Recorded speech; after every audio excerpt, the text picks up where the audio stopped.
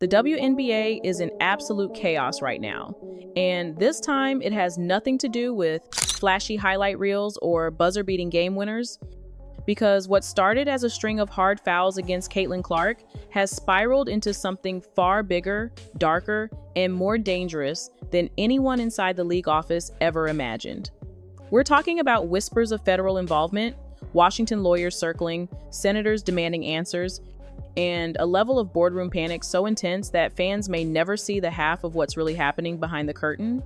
Think about that for a second. When was the last time you even heard the Department of Justice glancing at a professional sports league? It almost never happens. Yet, here we are, with the treatment of one rookie superstar now forcing its way onto the desks of attorneys, politicians, and federal investigators. And here's the twist, none of this is random. Insiders say every shove, every blindside hit, every reckless foul against Caitlin Clark has been tracked, documented, and quietly weaponized into a strategy that looks less like basketball and more like a legal chess match. What the WNBA thought was just tough play has now turned into a showdown that threatens the league's credibility, its finances, and maybe even its survival. On the surface, Caitlin Clark's arrival looked like the fairy tale beginning the WNBA had been waiting for. She walked into the league with more hype than any rookie in history, bringing record-breaking television ratings, sold-out arenas, and a wave of attention women's basketball had never seen before. She was marketed as the golden ticket, the player who could finally drag the WNBA into mainstream relevance. But with that spotlight came something darker. From the very beginning, Clark wasn't just tested, she was targeted. Fans saw the clips everywhere. Kennedy Carter blindsiding her without hesitation. Diamond DeShields charging into her like it was an NFL play. Marina Mabrey shoving her so hard it looked more like a hockey brawl than basketball. Even veteran Tina Charles sneaking in a cheap shot to her back as if nobody would notice. These weren't isolated plays. They formed a pattern, a theme, a string of hits that spread like wildfire across social media. At first, the narrative was predictable. Welcome to the W. Toughen up, every rookie gets tested. Commentators dismissed it, analysts downplayed it, and league executives stayed silent. But fans weren't buying it. They saw the slow motion replays, the compilations trending, the hashtags demanding protection. What looked like hard defense quickly turned into something more sinister, a clear target placed on one player's back. And while the media brushed it off as rookie hazing, Clark's inner circle saw something completely different. To them, this wasn't random contact. This was a systematic pattern designed to break her rhythm, rattle her confidence, and make her think twice every time she touched the ball. Inside locker rooms, players admitted it openly. Clark was being sent a message, and the message was clear.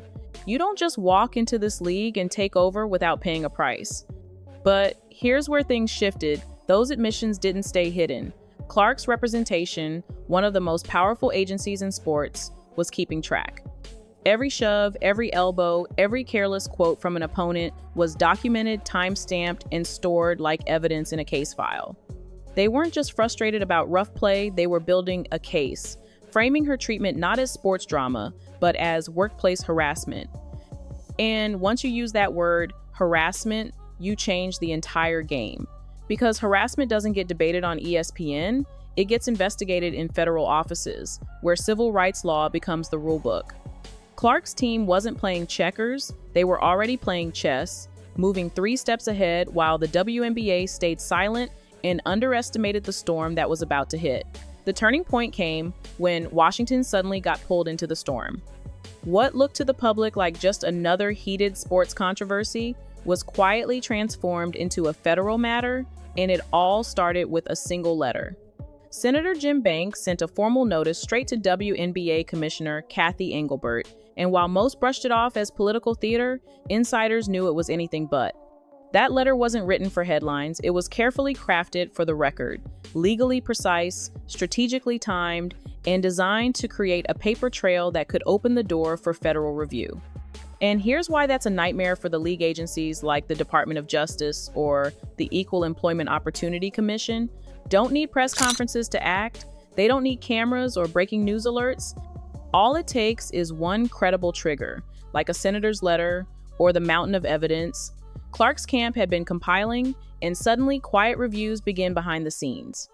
Calls are made, files are opened, notes are logged, and nobody outside those offices even knows it's happening until it's too late and it explodes into the public eye. This isn't about missed calls or tough fouls anymore. This is about federal law, specifically Title VII of the Civil Rights Act, the same legislation that governs workplace harassment and discrimination across the country. If Clark's treatment can be proven to differ from what other players face, if it can be linked to her gender, her status, or even the league's negligence in protecting her, then the WNBA isn't just dealing with a PR crisis, they're staring down potential federal exposure. And federal exposure means reforms, forced transparency, and the one thing every league dreads, discovery. That's the legal process where every internal email, every private message, every so-called harmless joke suddenly gets dragged into the spotlight. Imagine the fallout if investigators uncovered texts of referees admitting they let fouls slide, executives downplaying complaints, or coaches mocking the situation. In that moment, this wouldn't just be about Clark anymore, it would be about institutional failure at the highest level. And the league knows once the word discovery enters the conversation, their control over the narrative vanishes completely. And if the legal threat wasn't enough to terrify WNBA executives, the financial reality should be, because Caitlin Clark isn't just another rookie, she's the single most valuable asset the league has ever had, and the numbers prove it. Since her debut, merchandise sales have skyrocketed more than 600%, League Pass subscriptions have surged over 360%, and television ratings for games she plays in don't just rise, they double, and sometimes even triple compared to games she doesn't. Ticket prices explode the moment her name is on the schedule, and entire arenas sell out just to see her play. That's not growth, that's dependency, and the league knows it. Every time Clark takes a cheap shot without protection, it's not just a risk to her body, it's a direct threat to the league's bottom line. Imagine what happens if one of those reckless fouls sidelines her with a major injury, viewership tanks, sponsors panic, momentum dies, and the WNBA's historic rise collapses overnight. And Clark's camp doesn't even need to issue threats, they simply point to the data and let the numbers speak for themselves. If the league can't protect the one player keeping it alive, then it's gambling with its own future, and that kind of leverage is impossible to ignore. But the problem goes even deeper than money, because at the very heart of this storm sits a cultural tension the league has tried to ignore for years. Caitlin Clark isn't just any rookie, she's a straight white woman stepping into a league that is predominantly Black and proudly LGBTQ+. On the court that shouldn't matter, basketball is basketball, but behind the scenes those dynamics fuel jealousy, resentment, and a culture clash the WNBA front office doesn't want to admit. Former star Candace Wiggins warned about this years ago when she said she was bullied out of the league for being straight, and at the time her words were dismissed. But now, fans and insiders are looking back at her testimony with fresh eyes, wondering if it's the exact culture Clark is facing today. Even the All-Star voting told its own story. Clark shattered the fan vote with 1.3 million, the highest in league history, but among players, she ranked 9th, a staggering disconnect that screamed resentment. Analysts like Dick Vitale didn't hesitate to call it what it was: jealousy. And jealousy doesn't stay harmless in sports. It becomes hard fouls, cold shoulders, and selective enforcement of rules. Insiders even say some referees have admitted that Clark's rise needs to be managed, which in practice means letting more physical play slide when she's on the floor. That's not tough defense, that's targeted discrimination, and Clark's team knows it.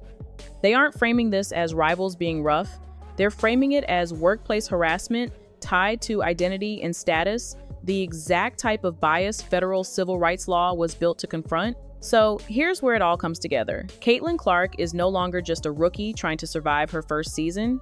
She's the center of a storm that now involves lawyers, senators, federal investigators, corporate sponsors, and millions of fans watching every single move. What started as a few hard fouls has spiraled into something that could redefine professional sports forever. Because if her camp keeps pressing, this won't just force the WNBA to answer for its silence.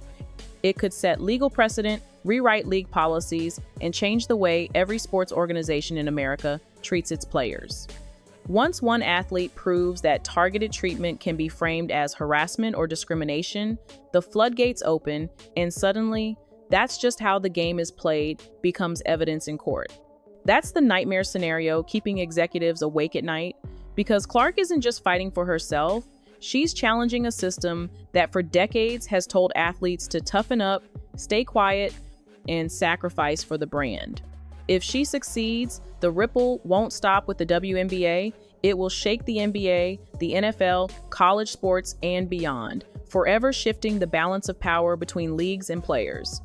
And that's why this story is bigger than basketball, bigger than highlight reels, bigger than the league itself. Caitlin Clark is standing at the crossroads of sports and history, and whether you love her, hate her, or simply can't look away, one thing is undeniable: what's happening right now is not just a game, it's a revolution unfolding in real time. And the WNBA is finding out the hard way that when you try to silence your biggest star, you don't just risk losing control of your league, you risk changing the future of sports forever.